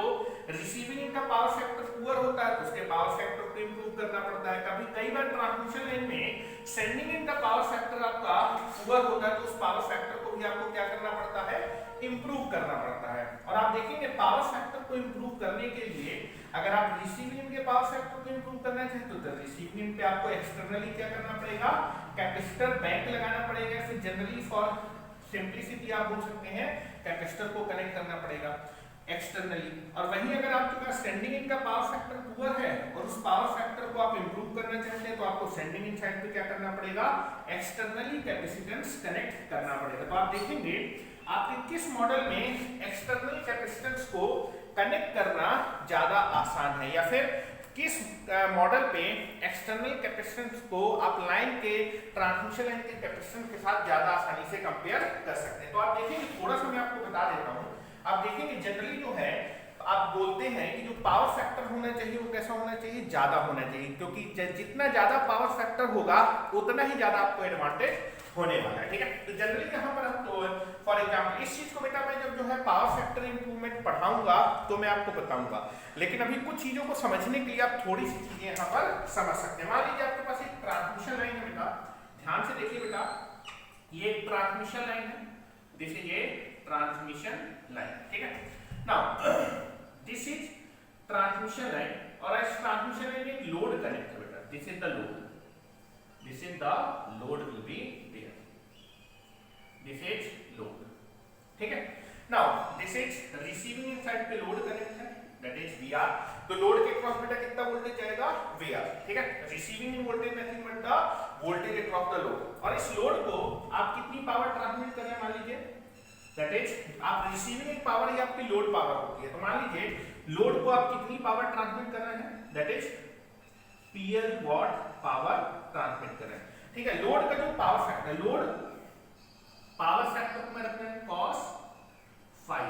ठीक है, now this is the phi. तो आप देखेंगे लोड पे जनरली आपको क्या मालूम होता है? पावर का डिमांड मालूम होता है और कितने वोल्टेज पे इस पावर को आपको डिलीवर करना है वो वोल्टेज मालूम होता है। तो आप देखेंगे कि आप जो है हमेशा लोड साइड पे लोड की पावर का डिमांड मालूम होता है, लोड का ऑपरेटिंग वोल्टेज मालूम होता है। तो आप देखेंगे अगर मैं इतनी पावर इतने वोल्टेज पे डिलीवर करना चाहता हूं तो आपका जो है लोड कितना करंट ड्रॉ करेगा, तो लोड के करंट को आप रिप्रेजेंट कर देते हैं दैट इज इक्वल टू आई। तो आप देखेंगे अगर आपका लोड का टर्मिनल वोल्टेज मालूम है, टर्मिनल करंट मालूम है और पावर फैक्टर मालूम है तो आप क्या कर सकते हैं? और बेटा रिसीविंग पे लगा तो load current is nothing but the receiving current, बात क्या है? Same will be there. ठीक है, तो आप देखेंगे अगर आपको लोड का टर्मिनल वोल्टेज मालूम है, लोड का टर्मिनल करंट मालूम है, लोड का पावर फैक्टर मालूम है, तो कितनी एक्टिव पावर लोड कंज्यूम करेगा उस पावर को निकाल सकते हैं। तो लोड की जो एक्टिव पावर उसको हमने रिप्रेजेंट करें पीएल। तो लोड पावर क्या होती है? लोड एक्टिव पावर होती है लोड का टर्मिनल वोल्टेज वीआर। ठीक है, VR I R cos phi. ठीक है, यहां से आप देखेंगे कि अगर मैं लोड को इतनी पावर ट्रांसफर करना चाहता हूं इतने वोल्टेज पर तो लोड कितना करंट ड्रॉ करेगा? तो load current is nothing but the receiving current. Load current कितना हो जाएगा? दैट इज लोड की power divided by VR cos phi. तो यहां से आप देखेंगे आपका जो है अगर मैं लोड की पावर को कांस्टेंट मान लूं, लोड का वोल्टेज कांस्टेंट मान लूं, तो आप बोल सकते हैं लोड का जो करंट होगा that is inversely proportional to load power factor. तो this is nothing but load current बोलिए या फिर रिसीविंग करंट, बात सेम है। तो load current is inversely proportional to what, load power factor, that is cos phi r। कब, when load power and load voltage is consider as a constant, मतलब एक fix amount of the power आपको क्या करनी है, load में transfer करनी है। लोड को एक fix amount of the power transfer करनी है इतने वोल्टेज पे, तो कितना लोड करंट आपका ड्रॉ करेगा। तो आप देखेंगे अगर आपके लोड का पावर फैक्टर, बेटा अगर आपके लोड का पावर फैक्टर क्या होगा, ज्यादा होगा, तो आपका जो लोड है वो कम करंट क्या करेगा, ड्रॉन करेगा। लेकिन अगर लोड का पावर फैक्टर बेटा पुअर होगा, अगर लोड का पावर फैक्टर पुअर मतलब कम होगा, तो same amount of the power को ड्रॉ करने के लिए आपका जो है लोड ज्यादा करंट को ड्रॉ करेगा। तो जनरली आप देखेंगे अगर लोड का पावर फैक्टर कम है या फिर पुअर है, तो सेम पावर को ट्रांसफर करने के लिए आपका लोड ज्यादा करंट को ड्रॉ करेगा। और अगर लोड का पावर फैक्टर अच्छा है, बढ़िया है, तो same amount of the power को ट्रांसफर करने के लिए लोड कम करंट को ड्रॉ करेगा। तो आप देखेंगे अगर लोड का पावर फैक्टर कम होगा, अगर लोड का पावर फैक्टर आपका कम होगा, लोड का पावर फैक्टर बेटा अगर कम होगा, तो load same amount of the power को ट्रांसमिट करने के लिए ज्यादा करंट ड्रॉ करेगा। और जो लोड का करंट होगा वही किससे फ्लो करेगा, ट्रांसमिशन लाइन से फ्लो करेगा। लोड करंट ही आपका किससे फ्लो करेगा, ट्रांसमिशन लाइन से। अगर आपके ट्रांसमिशन लाइन से ज्यादा करंट पास करेगा, तो आप देखेंगे ट्रांसमिशन लाइन में जो आपके एक्टिव पावर में लॉस होगा that is I² * R losses. अगर आपका पावर फैक्टर आपका बेटा ऐसा होगा, पुअर, कम होगा, कम मतलब पुअर, अगर आपका पावर फैक्टर कम होगा तो लोड ज्यादा करंट ड्रॉ करेगा, तो ट्रांसमिशन लाइन से भी ज्यादा करंट फ्लो करेगा। अगर ट्रांसमिशन लाइन से ज्यादा करंट फ्लो करेगा, तो ट्रांसमिशन लाइन में जो पावर लॉस है, एक्टिव पावर में loss I² * R, transmission line का रजिस्टर और ट्रांसमिशन लाइन का करंट, अगर करंट ज्यादा होगा तो आपके I² और R लॉसेज या फिर ट्रांसमिशन में एक्टिव पावर में लॉस ज्यादा होगा। तो आप यहां पर देखेंगे अगर आपका ट्रांसमिशन, आपका लोड का पावर फैक्टर पुअर होगा, तो लोड करंट ज्यादा होगा। लोड करंट में अगर ज्यादा होगा, तो ट्रांसमिशन लाइन में जो लॉसेज है वो क्या होंगे, ज्यादा होंगे। ट्रांसमिशन लाइन में लॉसेज ज्यादा होंगे, तो ट्रांसमिशन लाइन की एफिशिएंसी बेटा क्या होगी, कम होगी। दूसरा अगर मैं बात करूं, अगर आपकी ट्रांसमिशन लाइन में करंट ज्यादा होगा, तो आपको थिक या फिर मोटा कंडक्टर क्या करना पड़ेगा, यूज करना पड़ेगा, उसका क्रॉस सेक्शनल एरिया क्या होगा, ज्यादा होगा। तो आप देखेंगे कि अगर आपका जो है पावर फैक्टर कम होगा, तो ट्रांसमिशन लाइन में करंट ज्यादा होगा, अगर करंट ज्यादा होगा तो आपका जो है जो कंडक्टर यूज करेंगे उसका क्रॉस सेक्शनल एरिया भी क्या होगा, ज्यादा होगा, ठीक है।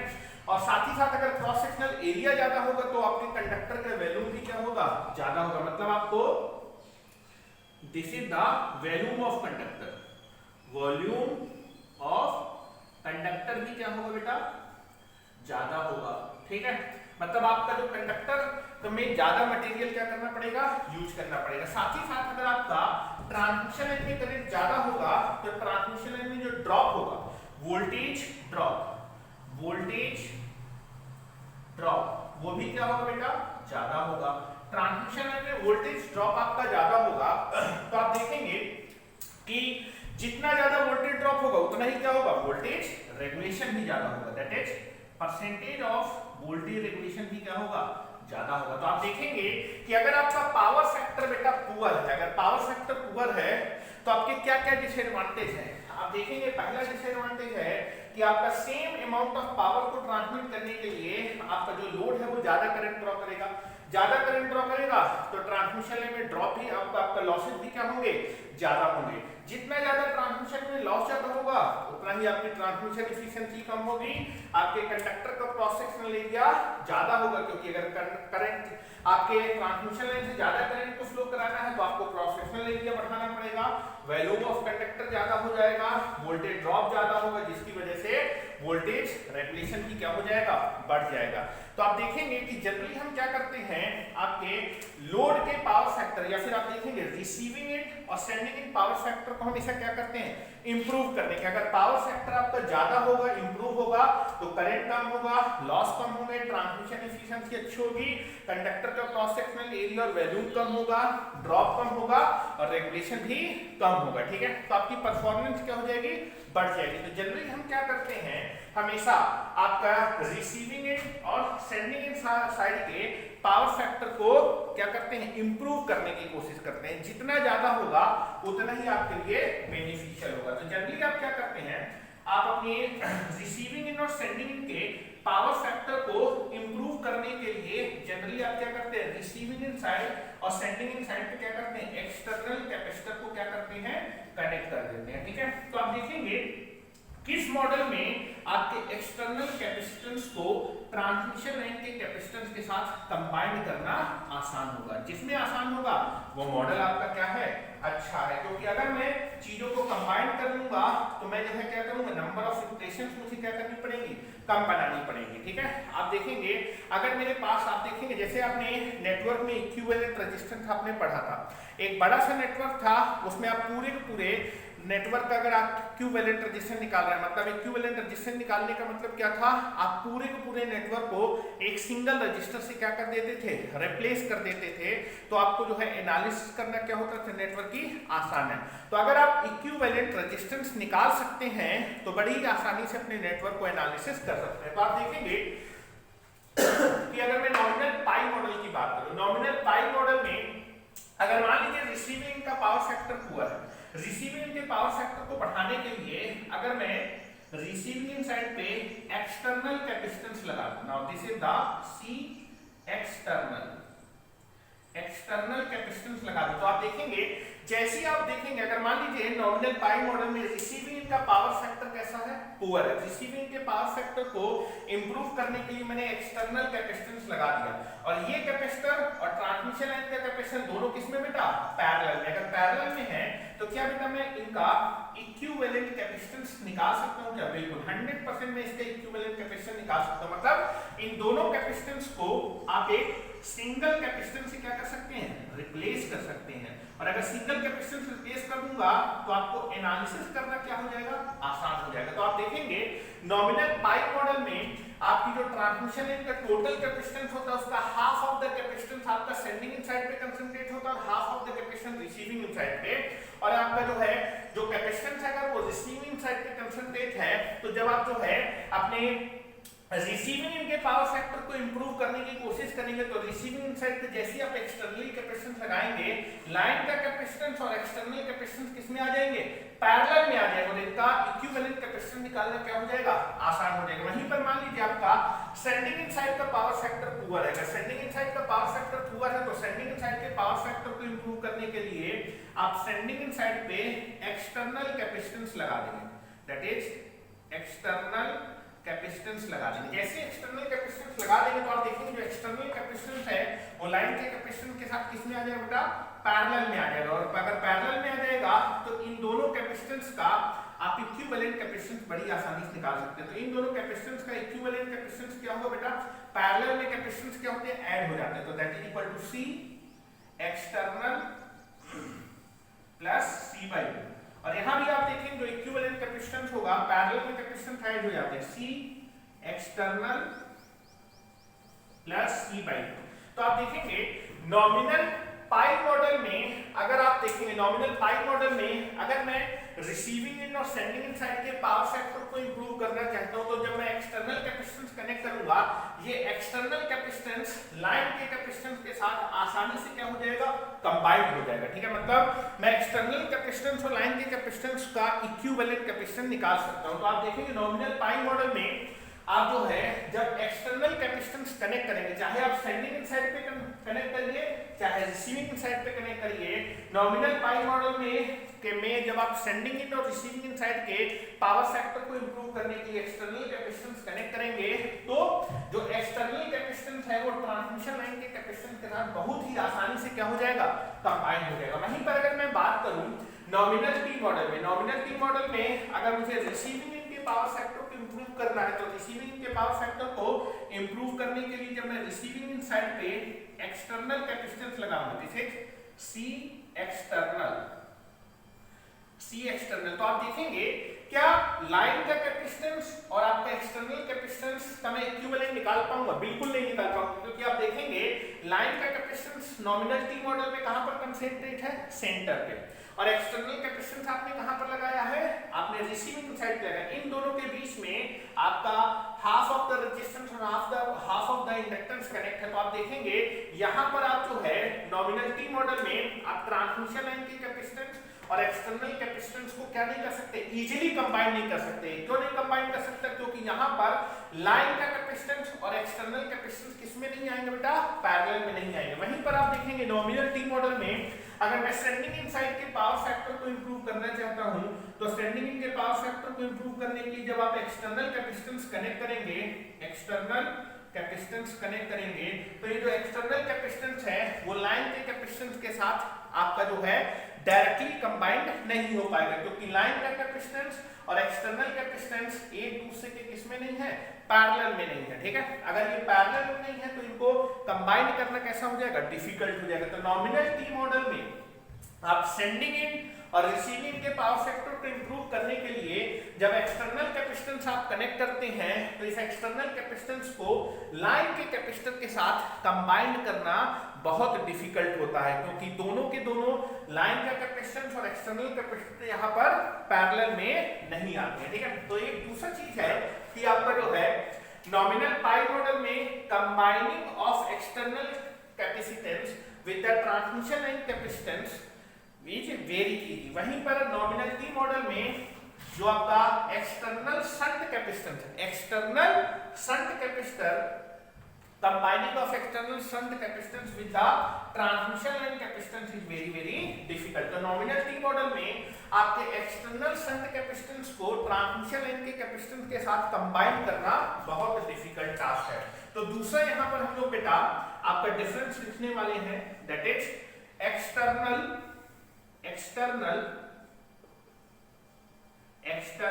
Shunt capacitance, external shunt capacitor, या फिर combining of external shunt capacitor. तो दूसरा पॉइंट लिख रहा हूं, combining of external shunt capacitance, shunt capacitor, combining of external shunt capacitor with the transmission line capacitor, transmission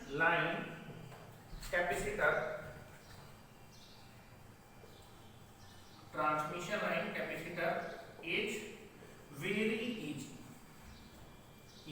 तो नॉमिनल पाई मॉडल में आप जो है एक्सटर्नल शंट कैपेसिटर को ट्रांसमिशन लाइन के कैपेसिटर के साथ बहुत ही आसानी से क्या कर सकते हैं? कंबाइन कर सकते हैं। यहां पर लिखते हैं the combining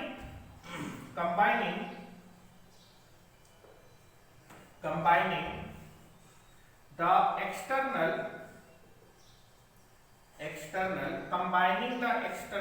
shunt capacitor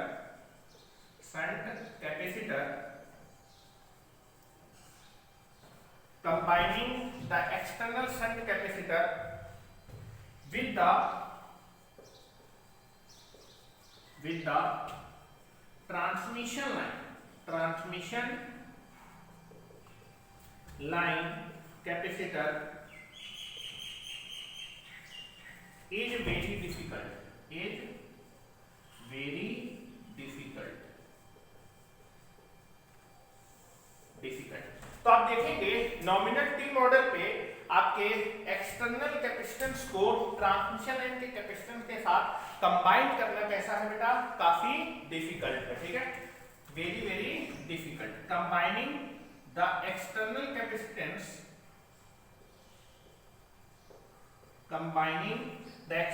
shunt capacitance with the transmission line capacitance is very difficult. ठीक है, अब हम लोग बात करते हैं तो आपके नॉमिनल पाई मॉडल में आप क्या करते हैं? जो टोटल तो आप देखेंगे अगर एक्सटर्नल कैपेसिटेंस की बात की जाए तो नॉमिनल पाई मॉडल में एक्सटर्नल कैपेसिटेंस को ट्रांसमिशन लाइन के कैपेसिटर के साथ कंबाइन करना काफी आसान है। वहीं पर अगर मैं नॉमिनल टी मॉडल की बात करूं तो नॉमिनल टी मॉडल में आपके एक्सटर्नल शंट कैपेसिटेंस को ट्रांसमिशन लाइन के कैपेसिटेंस के साथ कंबाइन करना बहुत डिफिकल्ट टास्क है, ठीक है। तो नॉमिनल पाई मॉडल में एक्सटर्नल कैपेसिटेंस को ट्रांसमिशन लाइन के कैपेसिटेंस के साथ कंबाइन करना एक डिफिकल्ट टास्क है। अब हम लोग तीसरा एक कंपैरिजन देखते हैं। आप देखेंगे कि नॉमिनल पाई मॉडल में जो लाइन का टोटल कैपेसिटेंस होता है वो इक्वली डिस्ट्रीब्यूट होता है, कहां पर, सेंडिंग इन साइड पे और रिसीविंग इन साइड पे। तो नॉमिनल पाई मॉडल पे जो ट्रांसमिशन लाइन का टोटल कैपेसिटेंस है that is equally distributed on the sending end side and receiving end side।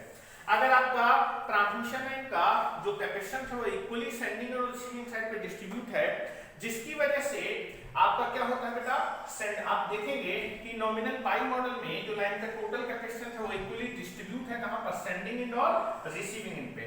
आपका जो है सेंडिंग एंड पे ये जो कैपेसिटेंस है वो क्या करेगा, सेंडिंग एंड के पावर फैक्टर को इंप्रूव कर देगा, और रिसीविंग एंड पे ये जो हाफ ऑफ द कैपेसिटेंस है वो रिसीविंग एंड के पावर फैक्टर को इंप्रूव कर देगा। तो आप देखेंगे कि नॉमिनल पाई मॉडल में जो लाइन का टोटल कैपेसिटेंस होता है उसका half of the capacitance receiving end पे कंसंट्रेट होता है और हाफ ऑफ द कैपेसिटेंस आपका सेंडिंग एंड पे कंसंट्रेट होता है।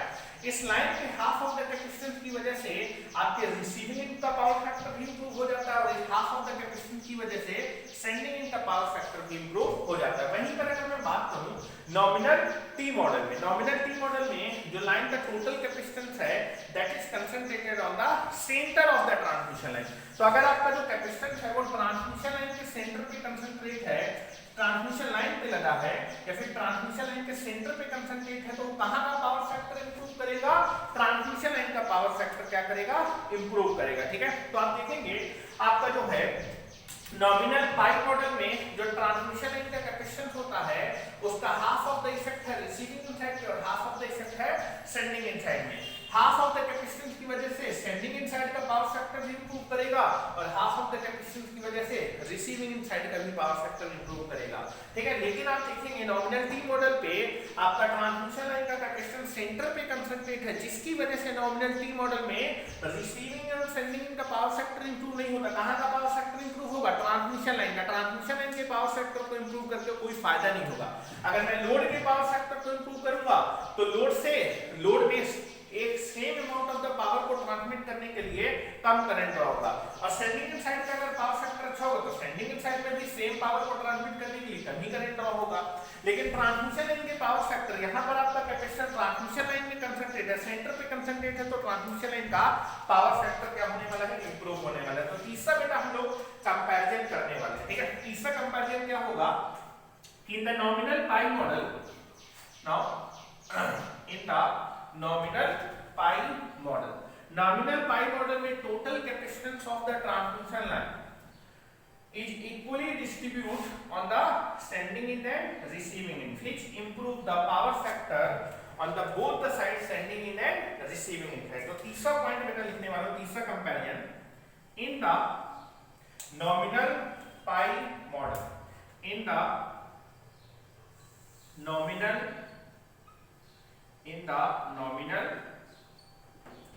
Pi model of transmission line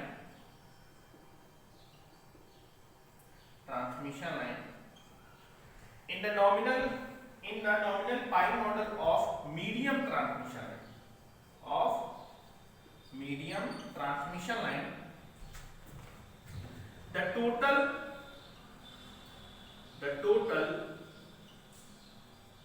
capacitance of transmission line is equally distributed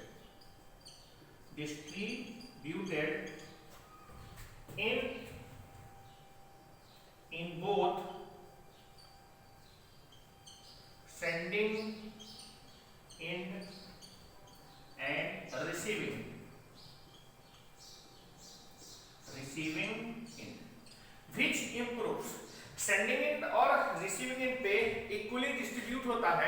sending end पे जो कैपेसिटर लगा होगा उसकी वजह से सेंडिंग एंड का पावर फैक्टर इंप्रूव करेगा, और रिसीविंग एंड पे जो कैपेसिटर लगा होगा वो रिसीविंग एंड के पावर फैक्टर को इंप्रूव करेगा, which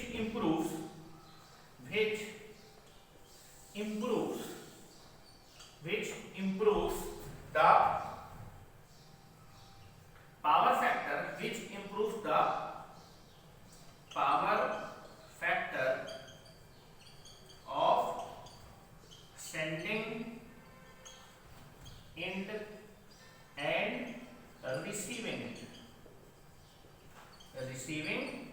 end both, दोनों साइड के पावर फैक्टर को क्या करता है, इंप्रूव। तो यहाँ पर जो आपका लाइन का टोटल कैपेसिटेंस है वो सेंडिंग इन और रिसीविंग के दोनों साइड के पावर फैक्टर को इंप्रूव करता है। वहीं पर अगर मैं नॉमिनल टी मॉडल की बात करूं, नॉमिनल टी मॉडल में आपका जो लाइन का टोटल कैपेसिटेंस है that is concentrated on the centre of the transmission line which improve the power factor of the transmission line. तो तीसरा कंपैरिजन है that is third point in the nominal T model of medium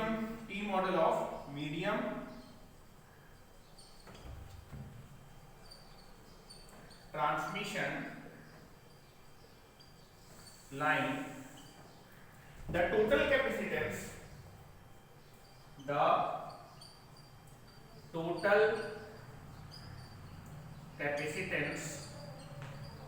of transmission line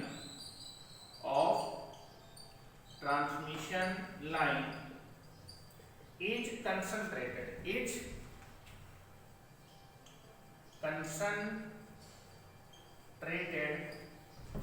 on the center, is concentrated on the center of transmission line, which improves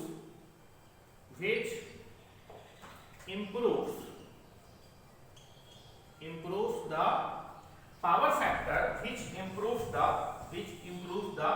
power factor of the transmission line, ठीक है, जो कि आपके transmission line के power factor को क्या करेगा बेटा, इंप्रूव करेगा। ठीक है, तो आप देखेंगे कि अगर मैं दोनों मॉडल को कंपेयर करूं, नॉमिनल पाई मॉडल में आपके नंबर ऑफ नोड्स कम है, नंबर ऑफ इक्वेशंस आपको कम बनानी पड़ेंगी, तो एनालिसिस करना आसान है। आपके नॉमिनल पाई मॉडल में एक्सटर्नल कैपेसिटेंस को लाइन के कैपेसिटेंस के साथ कंबाइन करना क्या है, आसान है।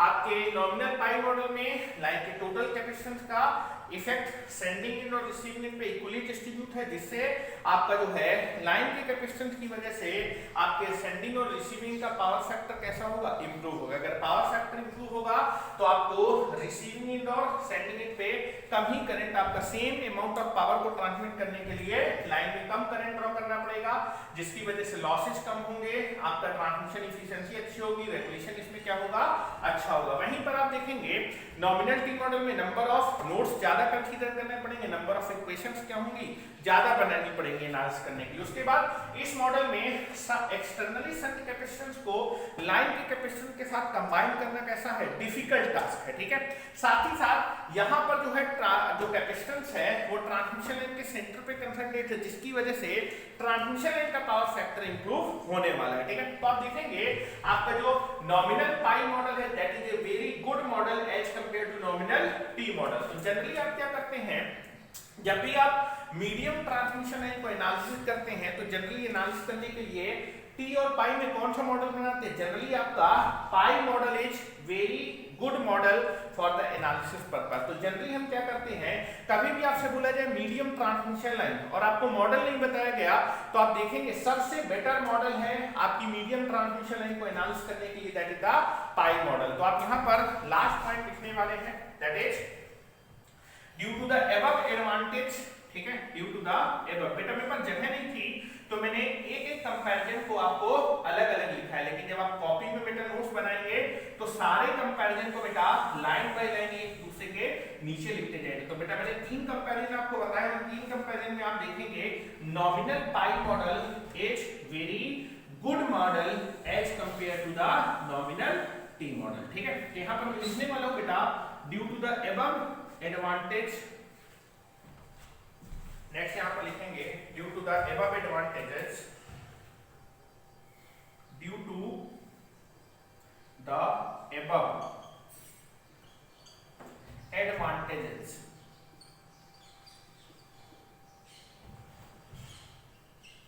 due to the above advantages for the analysis purpose, for the analysis purpose, for the analysis purpose of the medium transmission line, for the analysis purpose of the medium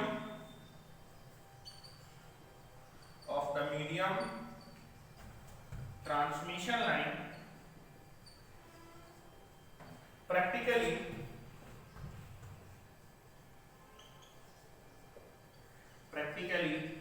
we preferred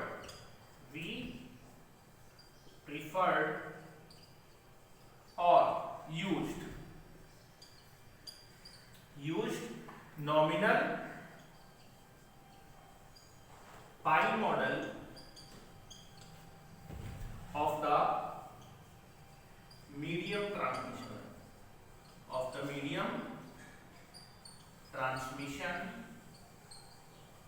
line. ठीक है, तो generally आप क्या करते हैं, इतने सारे advantage की वजह से जब भी आपको मीडियम ट्रांसमिशन लाइन की एनालिसिस करनी होती है तो प्रैक्टिकली आप कौन सा मॉडल प्रेफर करते हैं बेटा, nominal pi model.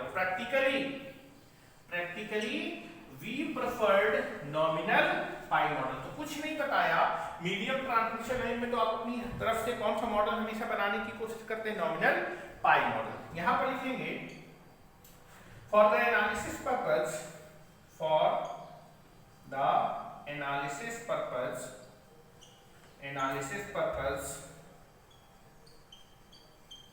Of medium transmission line of the, क्योंकि इसमें बेटा डिसएडवांटेज है, नंबर ऑफ इक्वेशंस ज्यादा है, ठीक है, क्योंकि नोड ज्यादा कंसीडर करने पड़ रहे हैं।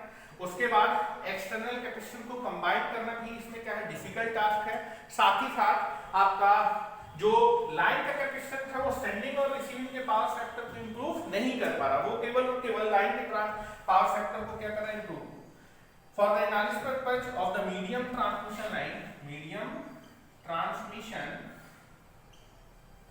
Line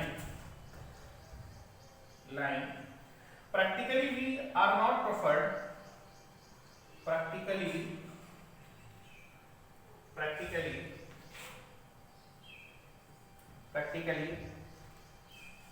we are not generally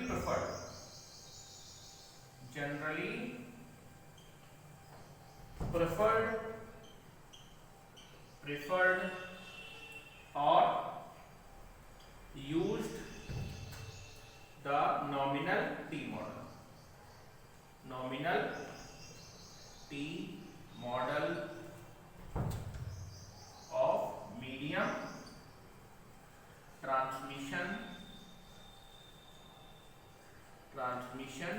ठीक है, तो मीडियम ट्रांसमिशन लाइन के नॉमिनल टी मॉडल को प्रैक्टिकली जनरली हम क्या नहीं करते बेटा, प्रेफर्ड या फिर यूज्ड नहीं करते हैं। ठीक है, तो this model is not practically used और प्रेफर्ड। ठीक है, तो इस तरह से आप देखेंगे, आपको मैंने बताया कि आपके मीडियम ट्रांसमिशन में नॉमिनल पाई और नॉमिनल टी मॉडल में नॉमिनल पाई मॉडल आपका ज्यादा सुपीरियर है, और इसी मॉडल को हम जनरली क्या करते हैं, प्रेफर करते हैं पावर सिस्टम में मीडियम ट्रांसमिशन लाइन की एनालिसिस करने के लिए।